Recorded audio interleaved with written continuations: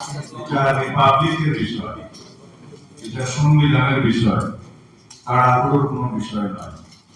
এটা যে সমস্ত সিদ্ধান্ত জাতীয় ঐক্যমত্যের ভিত্তিতে গৃহীত হবে, একটা বৃহত্তর কনসেনসাস আমরা সৃষ্টি করতে পারবো, সেটা জাতীয় জীবনে একটি মহান ভূমিকা রাখবে, অনেক গুরুত্বপূর্ণ ভূমিকা রাখবে। সুতরাং একটু সময় বেশি নিলেও আমরা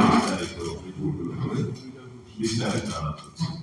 আমরা জাতীয় কমিশন কর্তৃক প্রদত্ত সংক্ষিপ্ত যেটাকে আমরা স্প্রেডশিট করি, ওর উপরে আমরা কোনো আলোচনাই করিনি। সেটা একটা আমাদের মধ্যে মহাশা সৃষ্টি করেছিল, বিভিন্ন রকমের বিভ্রান্তি সৃষ্টি হয়েছে।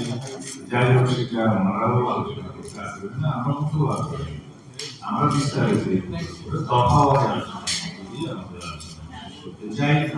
আজকে বিচার বিভাগ দিয়ে আমরা সংবিধানের অংশ, যেটা বিচার বিভাগ আছে, আর্টিকেল 94 থেকে 117 পর্যন্ত মোট 20টা আর্টিকেল আছে বিচার বিভাগ সংক্রান্ত। সেটা আমরা খুব সময়ের সমাপ্ত করতে পারবো।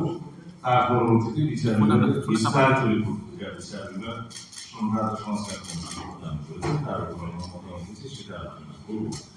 আমরা আশা করি ইতিমধ্যে সুপ্রিম কোর্ট কর্তৃক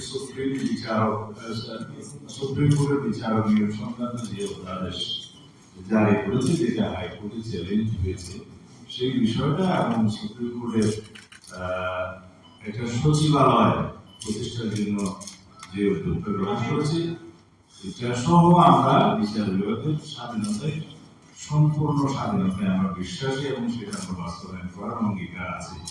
তবে আমি বিচার বিভাগ সুপ্রিম কোর্টের সংশ্লিষ্ট সকল উদ্যোগকে যাতে আইনানুগ এবং সাংবিধানিক প্রক্রিয়ায় যায়, সেটার আহ্বান জানাই। যাতে আমরা কোনোভাবেই বিচার বিভাগ কর্তৃক সংবিধানের কোনো কার্যক্রম আইনানুগ এবং অসাংবিধানিক না হয়, সেদিকে যেন দৃষ্টি রাখি।